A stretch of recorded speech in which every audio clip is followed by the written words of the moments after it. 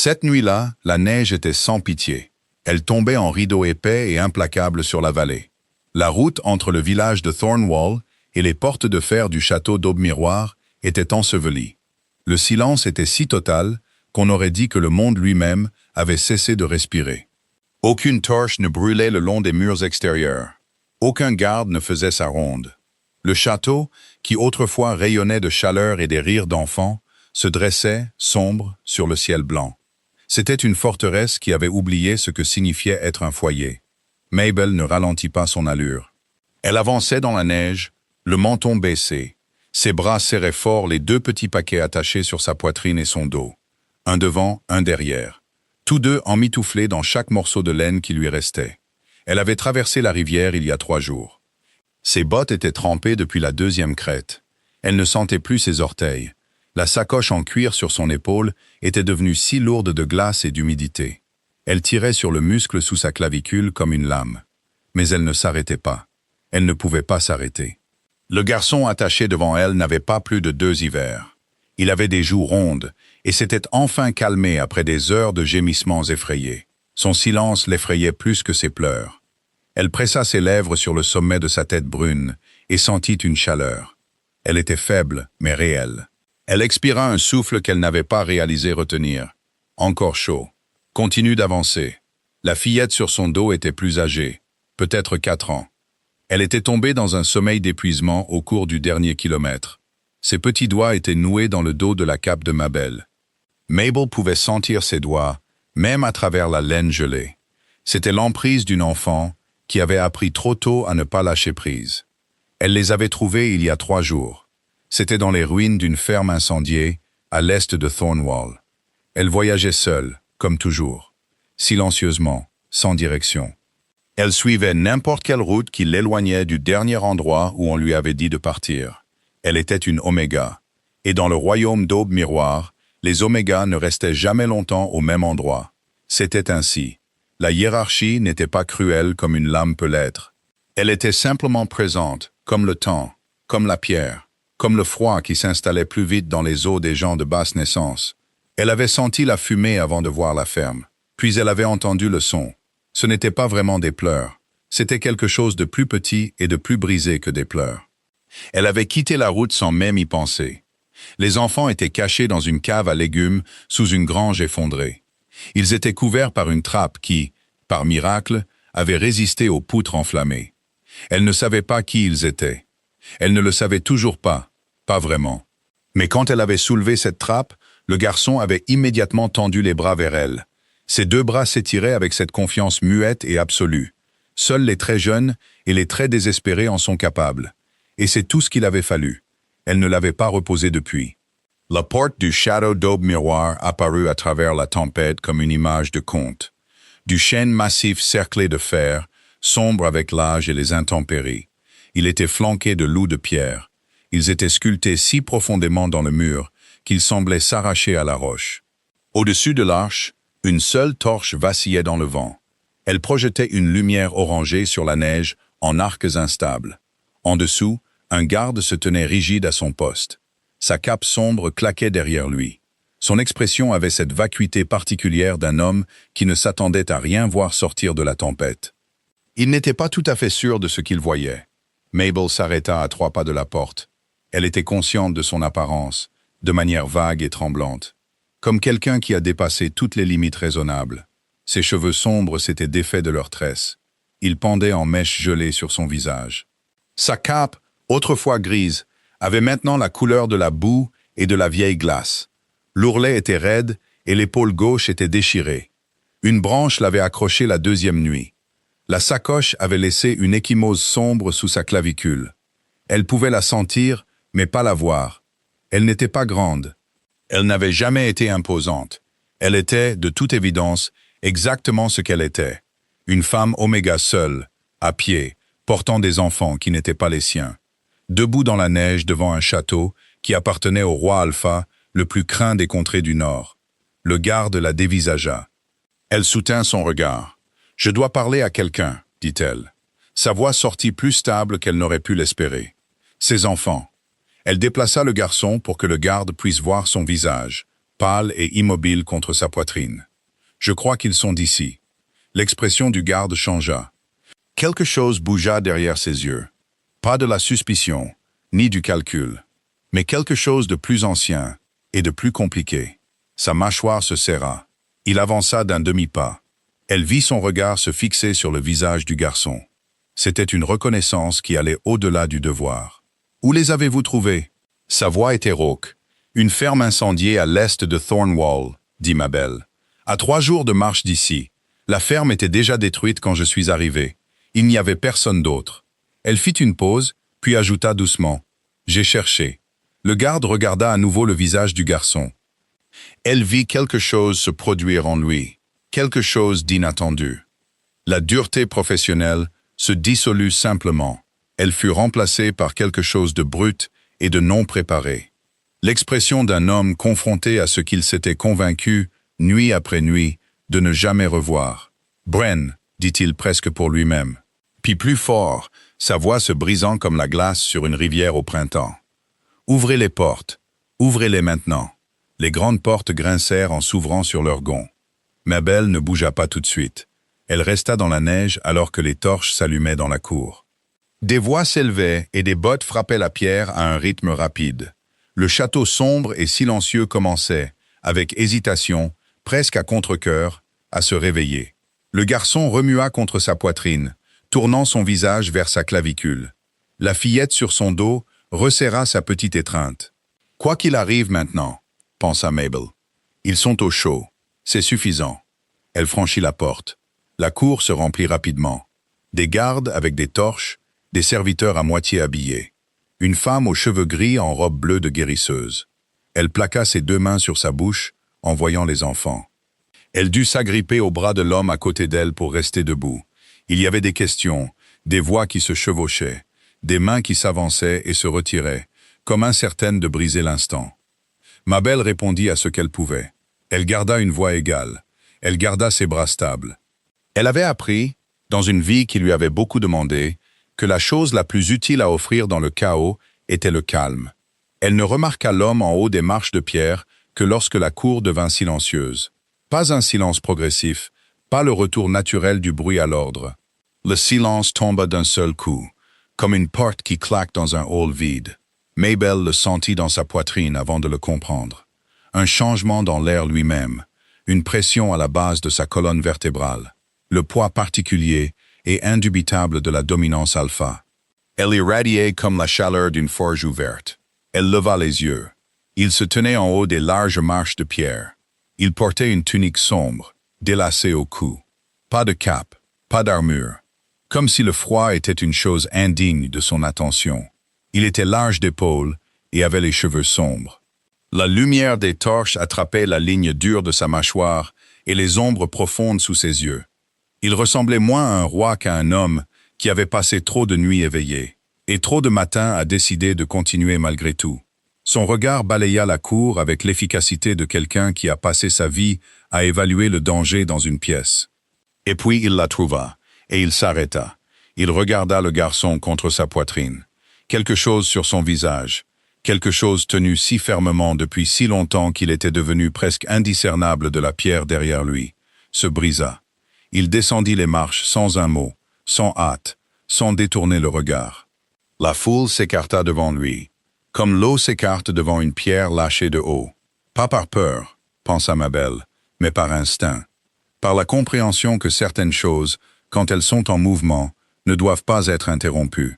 Il s'arrêta à une longueur de bras d'elle. Il était plus grand qu'elle ne l'avait pensé d'en haut.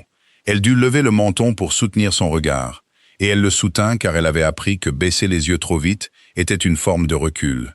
Et elle essayait depuis longtemps d'arrêter de reculer. Il regarda le garçon, puis la fille, puis enfin elle. Il la regarda vraiment, au-delà de la glace, de l'épuisement et de la cape en ruine, comme s'il essayait de comprendre quelque chose qui ne correspondait à aucune forme qu'il connaissait déjà.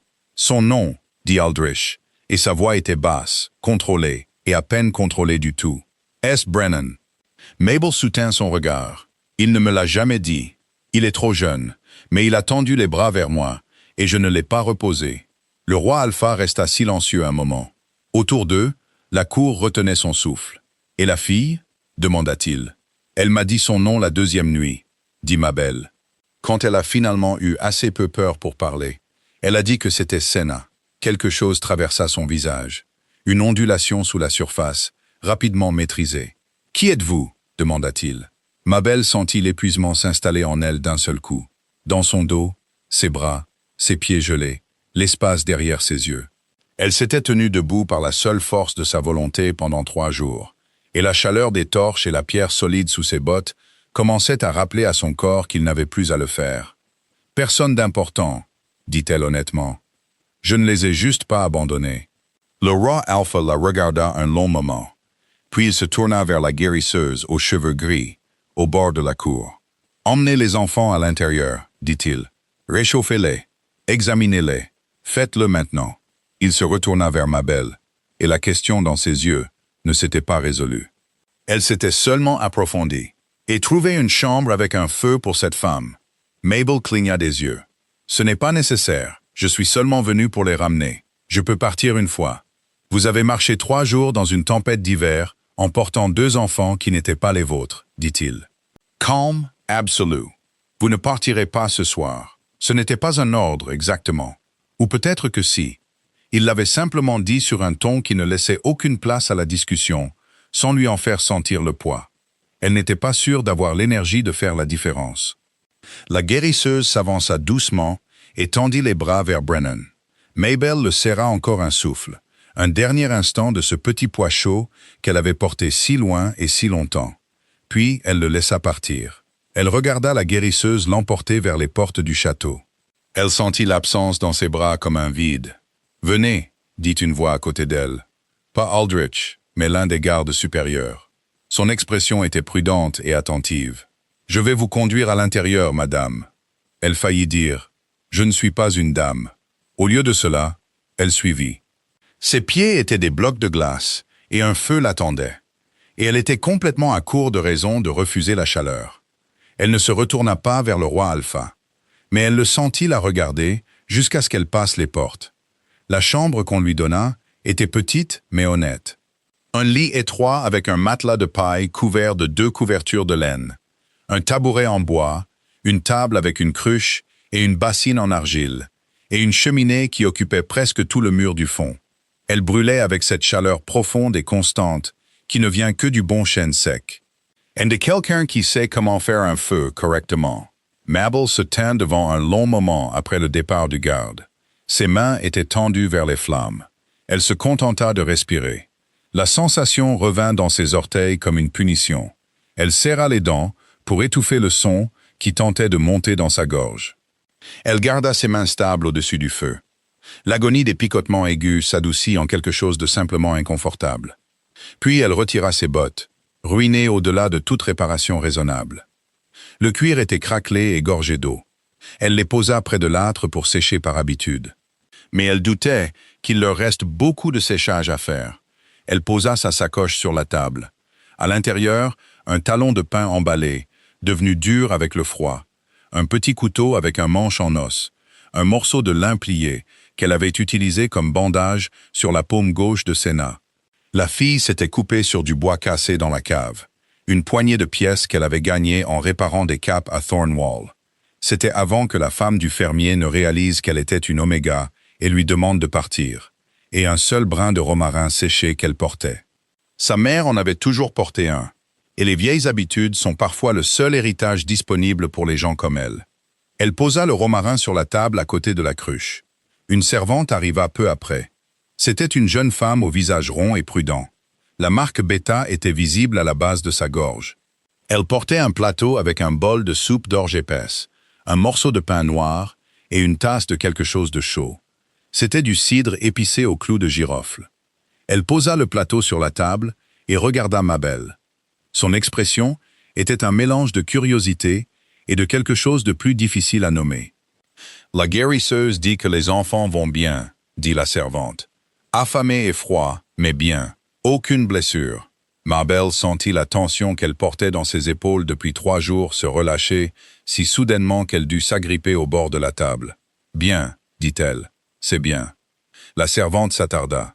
« Avez-vous besoin d'autre chose, madame ? » « Je ne suis pas une dame, » dit Mabel pour la deuxième fois cette nuit-là. « Je suis une Oméga. Vous n'avez pas à m'appeler comme ça. » La servante la regarda un moment, puis dit prudemment, « Le roi Alpha a dit de vous appeler comme ça. » Mabel n'eut rien à répondre à cela. Elle s'assit sur le tabouret et tira la soupe vers elle. La servante partit tranquillement, fermant la porte avec un clic doux. Dans le silence de la petite pièce chaude, ce son semblait presque bienveillant. Elle mangea lentement. Manger trop vite après trop longtemps est une punition en soi. Elle avait déjà appris cette leçon. La soupe était bonne, épaisse avec de l'orge et des légumes racines, et quelque chose qui aurait pu être du chevreuil, assaisonné avec des herbes qu'elle ne pouvait pas tout à fait identifier, mais qui avaient le goût de quelque chose cuisiné avec soin. Le pain était dense et légèrement acide, et parfait. Le cidre était chaud jusqu'au fond de son estomac. Quand elle eut fini, elle resta assise un moment. Ses mains entouraient la tasse vide. Elle regardait le feu et essayait de décider ce qu'elle ressentait. Étrange surtout. Elle avait été en mouvement si longtemps, de village en village, d'une tolérance à l'autre, portant ce qu'elle pouvait porter et laissant ce qu'elle devait laisser. Cette immobilité semblait légèrement fausse, comme un son qui s'était arrêté et avait laissé l'écho de son absence dans l'air. Elle était habituée à être utile en transit. Elle n'était pas habituée à ce qu'on lui donne une chambre et qu'on lui dise de rester. Elle n'était certainement pas habituée à ce que des rois alpha utilisent le mot dame en référence à elle.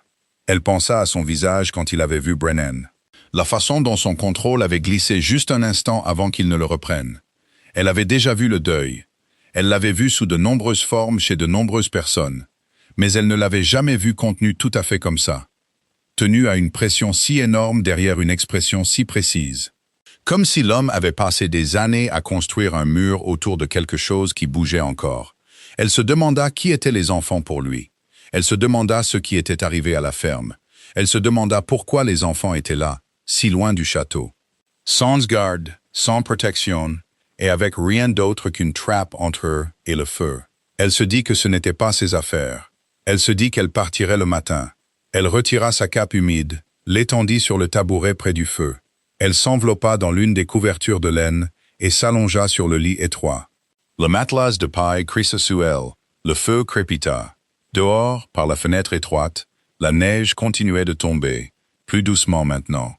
La tempête s'adoucissait en quelque chose de presque doux. Elle s'endormit en quelques instants. Elle se réveilla au son de voix dans le couloir. Pas forte.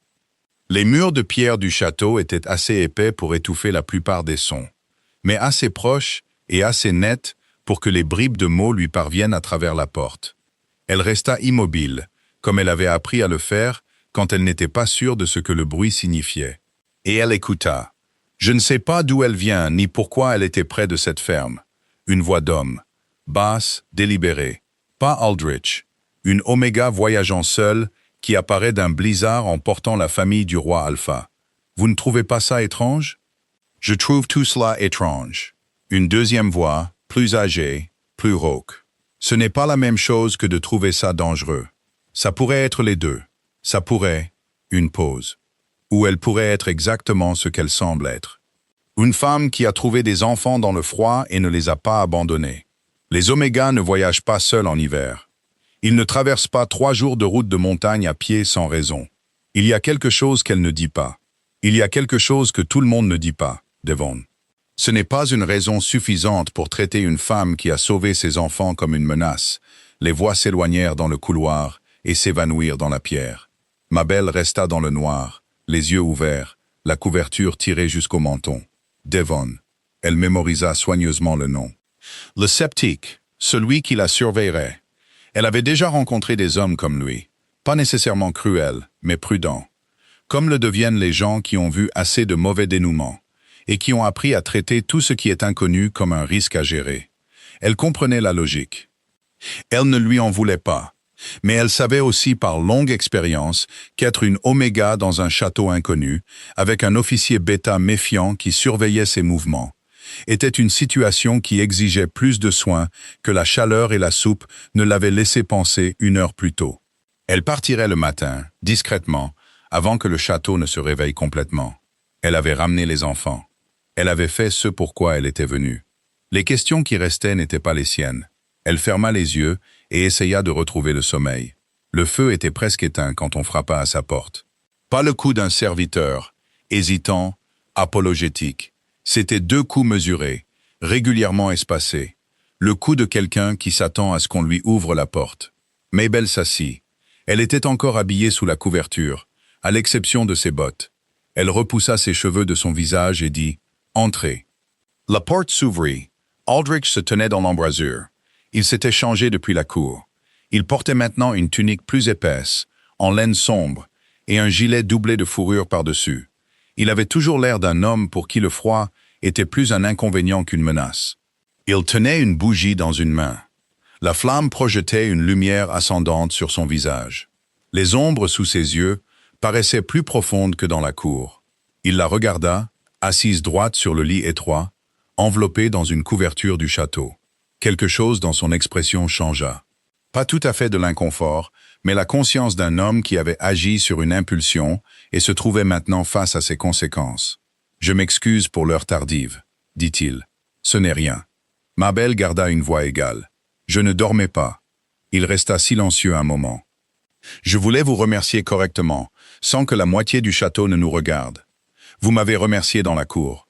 Je vous ai donné une chambre, dit-il. Ce n'est pas la même chose. » Elle le regarda. Il la regarda. La flamme de la bougie dansait entre eux dans un courant d'air du couloir. « Les enfants, dit-elle. Sont-ils les vôtres ?» La question était directe. Elle le savait. Elle le regarda décider s'il allait y répondre avec la même franchise ou se réfugier derrière le langage prudent des rois. « C'étaient ceux de mon frère, dit-il finalement. Il est mort il y a 4 mois. Leur mère est morte à la naissance de Brennan. Je suis devenu leur tuteur. » Sa mâchoire se crispa légèrement.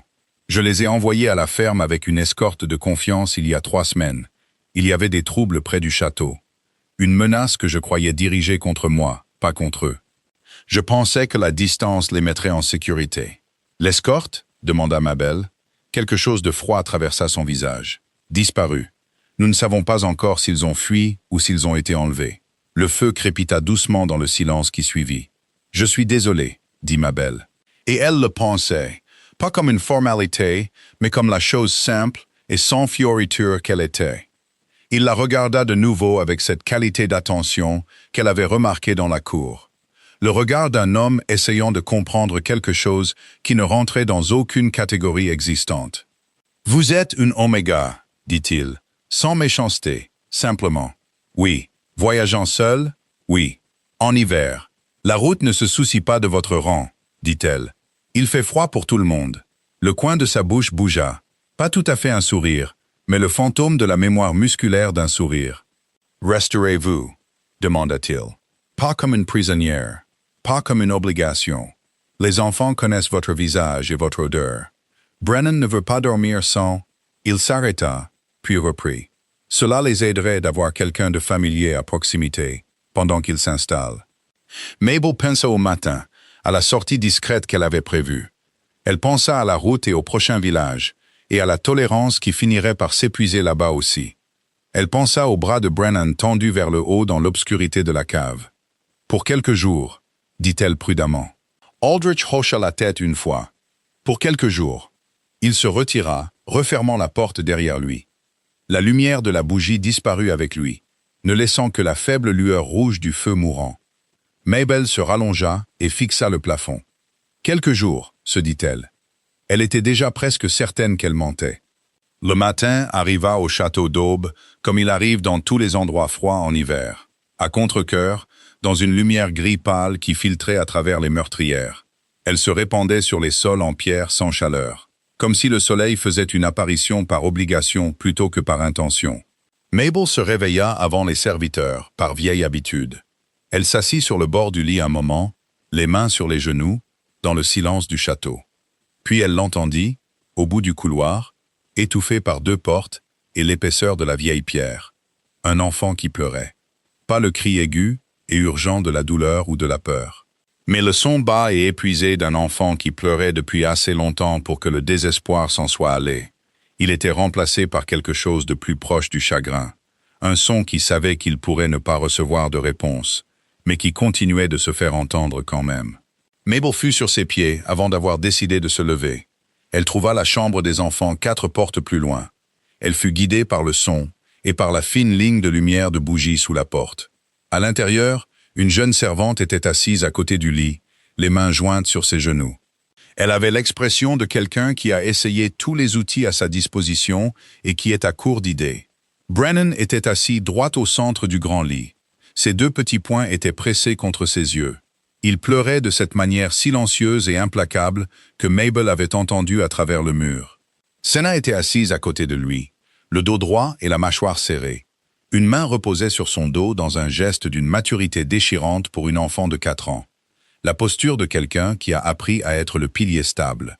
Parce que l'alternative était de s'effondrer avec tout le monde. Senna leva les yeux quand la porte s'ouvrit. Ses yeux sombres, vifs, vigilants, plus vieux qu'ils n'auraient dû l'être, passèrent de la servante à Mabel. Et quelque chose en eux changea. « Tu es resté », dit Senna. Ce n'était pas tout à fait une accusation. Ce n'était pas tout à fait un soulagement. C'était quelque part entre les deux, sur le territoire d'une enfant qui avait appris à vérifier plutôt qu'à supposer. « Je suis resté », confirma Mabel. Elle traversa la pièce et s'assit sur le bord du lit. Brennan, sans ouvrir les yeux, se tourna et pressa son visage contre son bras. Elle posa sa main sur son dos comme Senna l'avait fait. Elle sentit sa respiration commencer à se calmer lentement. La servante regarda Mabel avec une expression de pure gratitude épuisée. « Il s'est réveillé il y a 1 heure », murmura la servante. Impossible de le calmer. « Nous avons essayé le lait chaud, nous avons essayé. »« Ce n'est rien », dit Mabel doucement. « Je m'en occupe. » La servante se retira. Senna la regarda partir, puis se retourna vers Mabel avec ses yeux sombres et prudents. « Est-ce que tu vas partir ?» demanda Senna. « Pas aujourd'hui, » dit Mabel. Senna semble peser cette réponse. Puis elle s'allongea à côté de son frère, tirant la couverture jusqu'à son menton. Elle ferma les yeux avec la détermination délibérée d'une enfant qui décide de faire confiance à quelque chose dont elle n'est pas encore tout à fait sûre. Mabel resta avec eux jusqu'à ce que la respiration de Brennan s'approfondisse dans le sommeil. Puis elle resta un peu plus longtemps. La pièce était chaude, la bougie était stable, et elle n'avait nulle part où aller de toute urgence. Et parfois, c'était une raison suffisante. Elle était dans la grande salle quand Devon la trouva. Elle était descendue à la recherche des cuisines et avait pris un mauvais tournant. C'est ainsi qu'elle s'était retrouvée dans le vaste espace froid de la salle, avec ses longues tables en chêne et ses hautes poutres perdues dans l'ombre. Ses murs étaient ornés de tapisseries délavées, dépeignant des chasses, des batailles et le seau d'aube miroir. Un loup en pleine course sous un croissant de lune. Elle se tenait près de l'âtre froid, regardant la plus grande tapisserie. C'est alors qu'elle entendit un pas derrière elle et se retourna. C'était un homme large, bâti comme quelqu'un qui a passé sa vie à se rendre difficile à déplacer, large de poitrine et d'épaules, avec une barbe sombre taillée court, grisonnante sur les bords, et le genre d'yeux qui évalue si automatiquement qu'elle doutait qu'il puisse regarder quelqu'un sans le faire. La marque de rang bêta à sa gorge était accompagnée d'une seconde marque qu'elle reconnut comme un sceau de commandant. Il ne portait pas d'épée pour le moment, mais sa posture rendait cette absence temporaire. « Vous avez trouvé la grande salle » dit-il. Sa voix était la même que celle qu'elle avait entendue à travers sa porte la nuit précédente. Délibérée, mesurée. « Je cherchais les cuisines » dit-elle. « Elles sont à l'est de l'escalier de service. » Il ne bougea pas pour lui montrer. « Je suis Devon, commandant de la garde du roi Alpha. »« Mabel, dit-elle, de nulle part en particulier. » Quelque chose vacilla dans ses yeux à cela. Pas tout à fait de l'amusement, mais son cousin plus prudent. « Je sais qui vous êtes, dit-il. Je sais ce que vous avez dit aux gardes de la porte et ce que vous avez dit au roi Alpha. Ce que je ne sais pas, c'est pourquoi une femme Oméga voyageait seule à travers le col de Thornwall au milieu d'une tempête d'hiver. Parce que la tempête a commencé après moi, dit Mabel, et je n'ai pas le luxe d'attendre que le temps s'améliore. Pourquoi pas? Elle soutint son regard fermement. Parce que les Omégas qui abusent de leur hospitalité dans un village ont tendance à voir cette hospitalité retirée avant que le temps ne s'améliore. Il l'étudia. Elle le laissa l'étudier. Elle n'avait rien à cacher et reculer devant un examen ne faisait que donner l'impression qu'elle avait quelque chose à cacher. Vous auriez pu laisser les enfants à Thornwall, dit-il, avec l'ancien du village ou la guérisseuse locale. Vous n'aviez pas à les amener ici, vous-même. L'ancien du village m'a dit que les Omégas n'étaient pas autorisés à lui soumettre des problèmes, dit-elle. Et la guérisseuse était gentille, mais elle ne savait pas qui étaient les enfants ni d'où ils venaient. J'ai trouvé une chevalière dans la cave avec eux.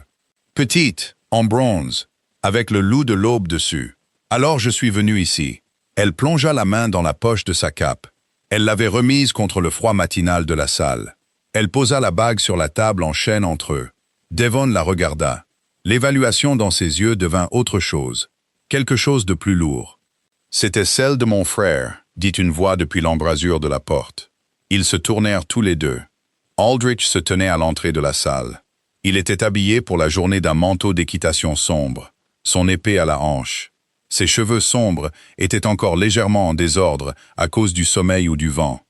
Il traversa la pièce d'un pas tranquille d'homme dans son propre espace. Il ramassa la bague sur la table. Il la regarda un moment, puis referma son poing dessus. Edric n'allait jamais nulle part sans elle, dit-il, plus pour lui-même que pour eux. Le silence qui suivit avait du poids et de la texture. Mabel ne le combla pas, Devon non plus. Ils attendirent tous les deux pendant que le roi Alpha se tenait là, la bague de son frère mort dans son poing fermé, regardant l'âtre froid. Puis Aldrich regarda Mabel. « Merci, dit-il, de l'avoir gardé. J'ai gardé tout ce que j'ai trouvé avec eux, dit-elle. Il n'y avait pas grand-chose. Il hocha la tête une fois, le mouvement sec et contrôlé. Elle comprit qu'elle regardait un homme accomplir le travail quotidien de contenir quelque chose d'énorme. Le genre de chagrin qui ne diminue pas tant qu'il ne devient pas porteur, structurel, intégré à la façon dont il se tenait droit. « Je vais demander à quelqu'un de vous montrer les cuisines, dit-il. Et le reste du château, si vous voulez vous orienter. Vous ne devriez pas errer et vous perdre. Ça ne me dérange pas de me perdre, dit Mabel. J'apprends plus de cette façon. Devon émit un son qui, chez un autre homme, aurait pu être un rire. Aldrich la regarda de nouveau avec cette qualité d'attention, ce regard qu'elle commençait à reconnaître, celui qui semblait essayer de la localiser sur une carte interne et de constater que la carte avait besoin d'être redessinée. « Devon, dit-il sans la quitter des yeux, occupe-toi de la patrouille du matin. » L'expression de Devon se crispa légèrement. Il regarda Mabel avec les yeux d'un homme qui classe des informations pour plus tard. Puis il hocha la tête à son roi et se retira. Mabel et Aldrich se tenaient de part et d'autre de la longue table en chêne dans la grande salle froide. La tapisserie du loup était derrière lui, et la lumière grise du matin entrait par les fenêtres étroites. Et pendant un moment, aucun d'eux ne parla. « Il ne me fait pas confiance, dit Mabel. « Non, acquiesça Aldrich. Il ne fait pas confiance facilement. C'est ce qui le rend bon dans son travail. »« Et vous » demanda-t-elle. « Faites-vous confiance facilement ?» Il resta silencieux assez longtemps pour qu'elle pense qu'il pourrait ne pas répondre. « J'ai fait confiance aux hommes que j'ai envoyés avec les enfants de mon frère à cette ferme. » Sa voix était égale, prudente. « Alors, non, plus maintenant. » L'aveu était si simple, si dépourvu d'apitoiement, qu'il eut un effet différent de ce à quoi elle s'attendait. Pas comme un avertissement, mais comme quelque chose de plus proche de l'honnêteté, le genre qui coûte quelque chose. « J'ai trouvé des traces de bottes dans la neige près de la ferme, » dit Mabel, avant que la tempête ne les recouvre. Au moins 6 hommes venant de la route du Nord. Le feu n'était pas un accident. Aldrich devint très immobile. « Vous n'avez pas mentionné ça la nuit dernière, » dit-il. « Vous n'avez pas posé la question la nuit dernière, » dit-elle. « Vous regardiez les enfants. » Il la regarda fixement. Quelque chose avait changé dans la qualité de son attention. La question dans ses yeux s'était aiguisée en quelque chose de plus spécifique, de plus urgent. « 6 hommes de la route du Nord, » dit-il. « Vous en êtes certaine. J'ai compté les traces moi-même, » dit-elle. Et j'ai remarqué que le feu avait été mis de l'extérieur. Les traces de carbonisation sur les murs de la grange partaient de 3 points distincts. Ce n'était pas un feu de cuisine qui a mal tourné. Le silence qui suivit était d'un autre genre. Pas l'immobilité pesante de chagrin de quelques instants auparavant, mais le calme tendu et alerte d'un homme recevant une information qui réorganisait quelque chose de significatif dans sa compréhension du monde. « Vous avez remarqué tout ça, » dit-il lentement, « et vous êtes quand même entré dans le bâtiment. »« J'ai entendu un enfant, » dit-elle simplement. Il la regarda un long moment. Dehors, le vent soufflait dans la cour et faisait claquer le volet de la haute fenêtre. La tapisserie bougea légèrement sur le mur. le loup tissé en pleine course sous son croissant de lune. « Prenez votre petit déjeuner, dit finalement Aldrich. Sweet, si vous le voulez bien, j'aimerais entendre tout ce dont vous vous souvenez de ce que vous avez vu à cette ferme. Ce n'était pas un ordre. Elle avait déjà appris à faire la différence. D'accord, dit-elle. Il se tourna vers la porte, puis s'arrêta sans se retourner. Ma belle. Oui? Les enfants ont demandé après vous ce matin, tous les deux, avant même de demander à manger. Un temps. Je pensais que vous devriez le savoir. Il partit avant qu'elle ne puisse répondre. Elle resta seule dans la grande salle un moment, avec le loup sur la tapisserie, la lumière grise et l'âtre froid. Elle sentit quelque chose bouger dans sa poitrine, petit, prudent, le mouvement de quelque chose qui avait été bloqué dans une position pendant très longtemps, et qui commençait seulement maintenant, timidement, à tourner. Elle se dit que c'était simplement de la gratitude. Elle était déjà presque certaine que ce n'était pas tout à fait vrai. Le nom du traître était Oswin. Mabel le découvrit comme elle découvrait la plupart des choses au château d'Aube-Miroir. Pas par une enquête délibérée, mais par l'accumulation de petites observations qu'elle faisait depuis le premier matin. De la même manière que l'eau s'accumule dans un endroit bas sans que personne ne le décide. C'est Senna qui lui donna la dernière pièce, sans savoir qu'elle donnait quoi que ce soit. Elles étaient assises ensemble près de la fenêtre dans la chambre des enfants, 9 jours après qu'Aldrich lui ait parlé de la maison Vérite. La lumière grise de l'après-midi tombait sur le sol en panneaux plats d'hiver. Brennan dormait dans le grand lit. Senna s'efforçait de démêler un ruban qu'elle avait trouvé quelque part dans les profondeurs considérables du château. Mabel réparait une déchirure dans la robe d'hiver de la fillette. Des petits points soignés avec l'aiguille et le fil qu'elle avait emprunté à la couturière du château. C'est alors que Senna dit, sans lever les yeux de son ruban, « L'homme avec la bague est venu nous voir avant le feu. » L'aiguille de Mabel s'immobilisa. « Quel homme ?» dit-elle, en gardant sa voix légère. De la même manière qu'elle gardait sa voix légère quand elle avait besoin que Senna continue de parler. Celui avec la bague en argent à la main droite. Senna fronça les sourcils devant un nœud dans le ruban. Il nous a apporté de la nourriture. Il a dit que notre oncle l'envoyait, mais oncle n'envoyait jamais de nourriture avant. Oncle venait toujours lui-même. Elle fit une pause. Je ne l'aimais pas.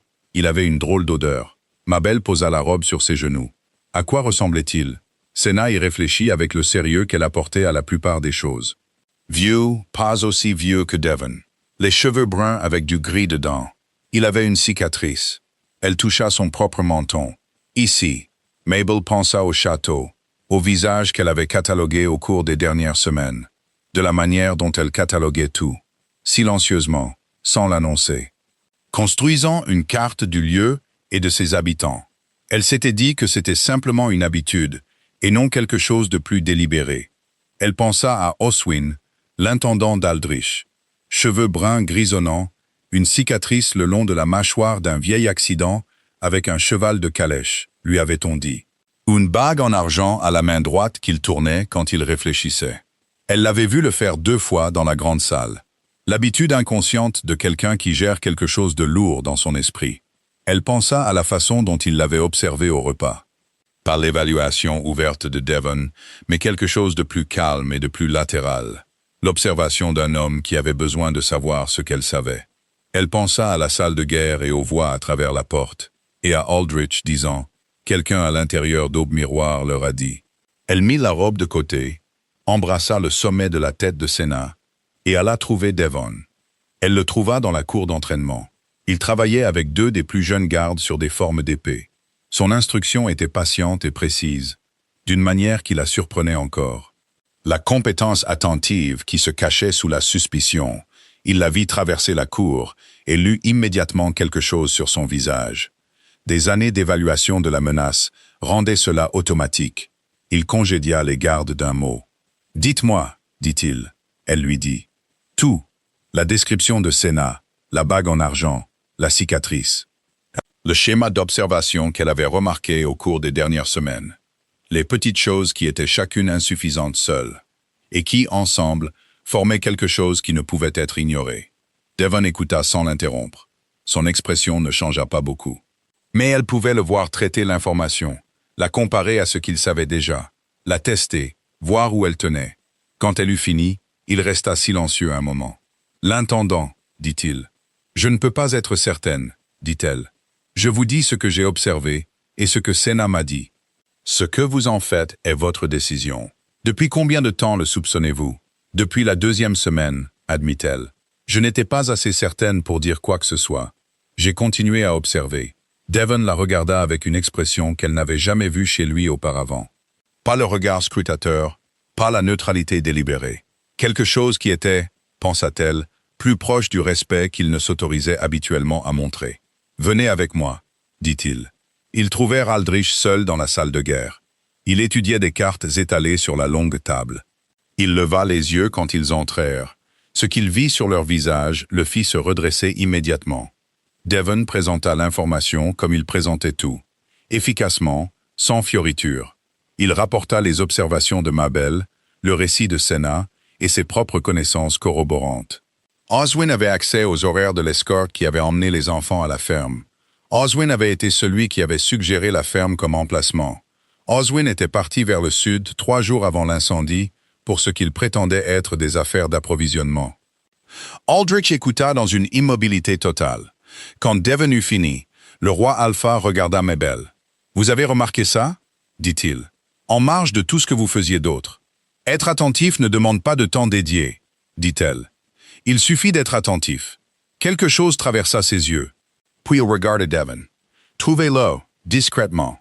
Je ne veux pas qu'il sache que nous le cherchons avant de l'avoir. » Devon hocha la tête et partit sans un autre mot. Aldrich se tenait à la table des cartes, seul avec Mabel. La lumière d'hiver tombait à travers les fenêtres étroites. Et pendant un moment, le seul son était le vent dehors et le tintement lointain du métal de la cour d'entraînement. « Si vous n'aviez pas remarqué, dit-il, et que j'avais envoyé mes forces au nord pendant qu'Oswin restait ici, avec accès aux enfants. Ne faites pas ça, dit Mabel doucement. Ce n'est pas arrivé. Il la regarda. Pourquoi faites-vous ça? Faire quoi? M'empêcher de finir ma pensée. Chaque fois que je m'en approche, vous me redirigez. Elle y réfléchit honnêtement. Parce que la chose qui n'est pas arrivée est la chose la moins utile sur laquelle passer du temps, dit-elle. Vous avez assez de choses réelles à porter. Vous n'avez pas besoin du poids de celles qui n'ont pas eu lieu. Il resta silencieux un long moment. La carte entre eux montrait le royaume à l'encre et au parchemin. La frontière nord où Vérite se déplaçait, le passage de la rivière, les routes, les distances. Tout cela mesurable, tout cela un problème avec des contours sur lesquels on pouvait travailler. « Mabel, dit-il. » Elle leva les yeux. « Que voulez-vous » demanda-t-il. « Pas ce qui est utile aux enfants, ou à ce château, ou à moi. Que voulez-vous, vous » La question la frappa différemment de ce à quoi elle s'attendait. Pas comme une formalité, mais comme quelque chose de sincère et de légèrement dangereux. Le genre de question qui exigeait une honnêteté qu'on ne lui avait pas demandée depuis très longtemps. « Je ne sais pas, » dit-elle.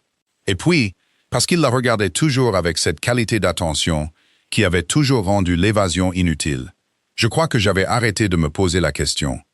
Il resta silencieux un moment, puis dit prudemment, « Alors peut-être que c'est un endroit où vous pourriez recommencer. » Elle le regarda par-dessus la carte de son royaume. Cet homme qui portait le deuil comme une architecture porteuse, qui l'avait regardé à travers une cour enneigée, avec les enfants de son frère morts dans ses bras, et qui avait vu quelque chose pour lequel il n'avait pas encore de mots. Elle sentit cette chose dans sa poitrine bouger à nouveau. Plus grande maintenant, moins facile à ignorer. « Peut-être, » dit-elle. Oswin fut trouvé avant la tombée de la nuit. Les hommes de Devon le localisèrent dans les entrepôts inférieurs, en train de brûler des documents sur un petit feu. La preuve, dit le commandant d'Aldrich, d'une correspondance avec la maison Vérite qui remontait à près de 8 mois. Bien avant la mort d'Edric, bien avant la ferme. La forme complète de la conspiration se dessina au cours des jours suivants.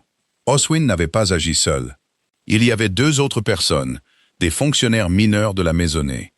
Tous 2 étaient maintenant dans les cellules inférieures du château, en attente de jugement. La maison Vérite leur avait offert des terres et des titres en échange d'informations et d'accès. Ils avaient fourni l'emplacement des enfants, l'horaire de l'escorte et l'itinéraire. Aldrich rendit le jugement dans la grande salle, comme il se doit. Mabel n'y assista pas. Elle resta avec les enfants. Elle n'avait pas besoin d'entendre le verdict pour savoir ce qu'il serait. La justice dans un royaume comme Aube-Miroir n'était pas cruelle, mais elle était absolue.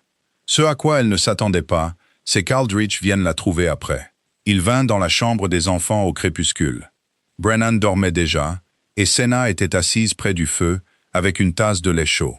Elle avait cette immobilité particulière d'une enfant qui a appris à lire les humeurs des adultes et qui lisait celle-ci attentivement. Il s'accroupit au niveau de Senna et lui parla doucement. Trop doucement pour que Mabel puisse l'entendre depuis l'embrasure de la porte où elle se tenait. Et quelque chose dans ce qu'il dit fit que la fillette posa sa tasse, se pencha en avant et passa ses 2 bras autour de son cou. C'était l'étreinte abrupte et totale des enfants, sans réserve ni calcul. Il la serra un long moment, les yeux fermés. Puis Senna se recula et dit quelque chose qui le fit hocher la tête une fois. Elle reprit son lait et retourna son attention vers le feu, satisfaite. Comme une enfant dont la question la plus importante avait trouvé une réponse. Aldrich se leva et se dirigea vers la porte où Mabel attendait. « Qu'est-ce qu'elle vous a demandé ?» dit Mabel. « Si c'était fini, dit-il. Si elles étaient en sécurité maintenant. » Et je lui ai dit oui. Il fit une pause. « Est-ce un mensonge si on a l'intention de le rendre vrai avec tout ce qu'on a ?»« Non, dit Mabel. Je pense que c'est la définition d'une promesse. » Il la regardait dans le couloir sombre. La lumière du feu de la chambre des enfants était chaude derrière elle. Quelque chose dans son expression avait changé par rapport à toutes les fois précédentes. La retenue prudente était toujours là, mais elle était différente maintenant. Pas un mur, plutôt une porte, partiellement ouverte. « Restez, dit-il. Pas pour quelques jours, pas avec des conditions ou des délais. Simplement, restez. Aldrich. Pas pour les enfants, dit-il, bien qu'ils aient besoin de vous. Pas pour le château, pas parce que c'est utile. Il soutint son regard. Restez parce que c'est le premier endroit depuis je ne sais combien de temps qui semble valoir la peine de rester. Et je pense que vous le ressentez aussi. Elle le regarda un long moment. Le vent soufflait dans le couloir. Quelque part dans le château, une porte se ferma. La torche au-dessus d'eux vacilla et se stabilisa. Elle pensa à la route, au village, à la patience qui s'épuisait toujours, au brin de romarin qu'elle portait encore, son seul héritage, l'habitude d'une femme qui avait toujours dû être prête à partir. « Je suis une oméga, dit-elle.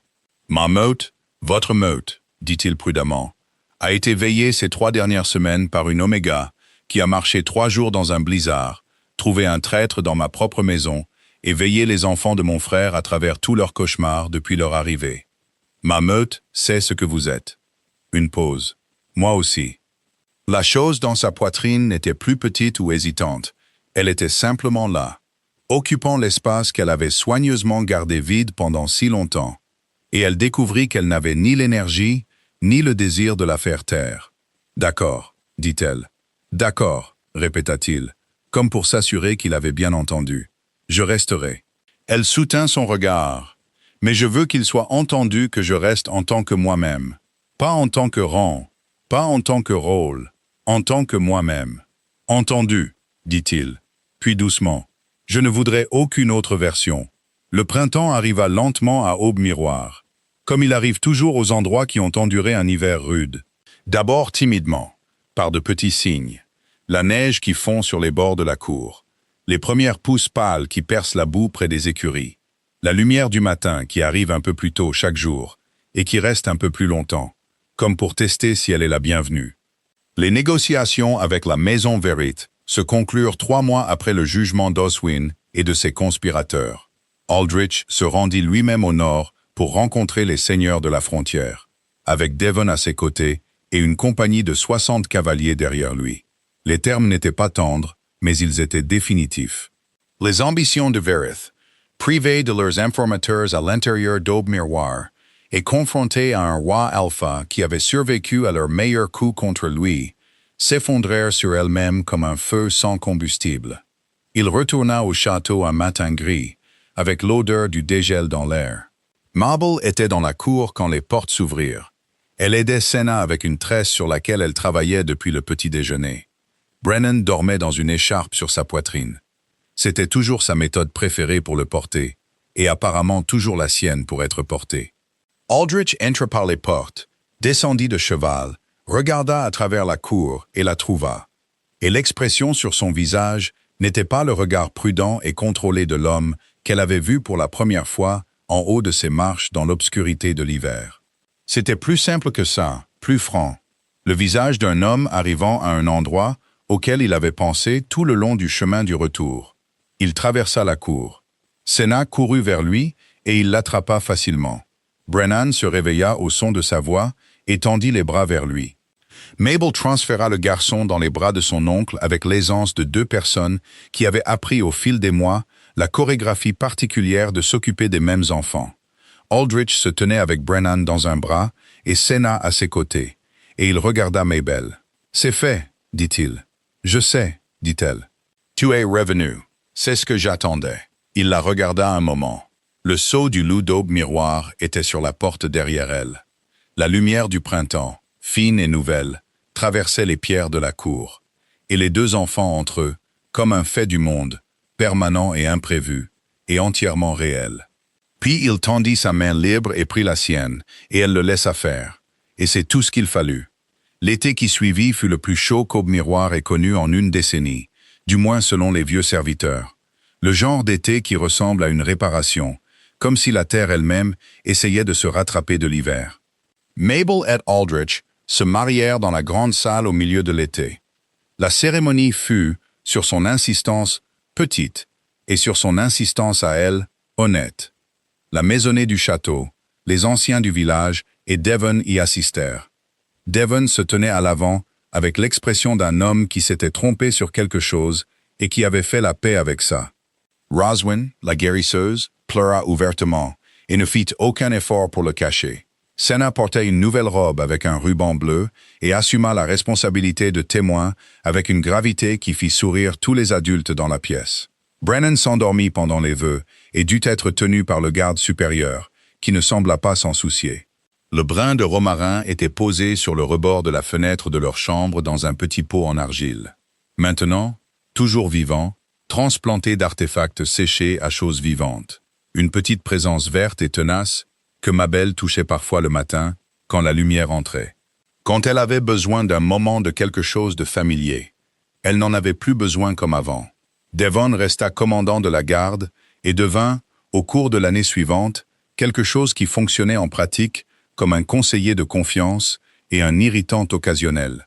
Ce qui, Mabel le soupçonnait, était exactement le rôle qui lui convenait le mieux.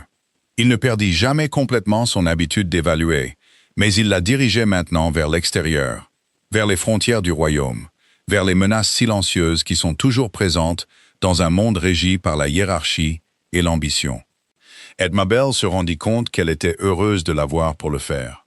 Senna grandit et devint elle-même avec la constance et la minutie d'une enfant qui avait décidé exactement qui elle voulait être. Elle apprit ses lettres, puis en demanda plus. L'histoire, les mathématiques, les noms des plantes et les propriétés des herbes. Roswin l'apprit comme apprenti informel à l'âge de 6 ans, ce qui convenait à tout le monde. Elle ne perdit jamais complètement la vigilance qu'elle avait emportée dans la cave et en était ressortie. Mais cela devint quelque chose de différent avec le temps. Moins une armure, plus un instrument. Brennan, de son côté, resta une force irrésistible dans un petit corps et montra tous les signes de continuer dans cette direction indéfiniment. Et Mabel resta. Pas parce qu'elle n'avait nulle part où aller, bien que cela ait été vrai un jour. Pas parce qu'elle était utile, bien qu'elle le fût. Pas parce que les enfants avaient besoin d'elle, bien qu'ils en aient eu besoin. Elle resta parce qu'une nuit d'hiver, elle avait senti de la fumée, entendu un enfant et fait un choix. Et ce choix en avait entraîné un autre, puis un autre. Et quelque part dans l'accumulation de petits choix, elle était arrivée à quelque chose qu'elle avait cessé de croire accessible pour elle. Un endroit qui épousait sa forme, un foyer qui connaissait son nom. La route existait toujours. Elle existerait toujours, longue, froide et indifférente, fuyant tous les endroits où on lui avait demandé de partir. Mais elle n'était plus dessus. Elle était ici. Et ici, pour la première fois depuis plus longtemps qu'elle ne pouvait s'en souvenir clairement, était suffisant. C'était plus que suffisant.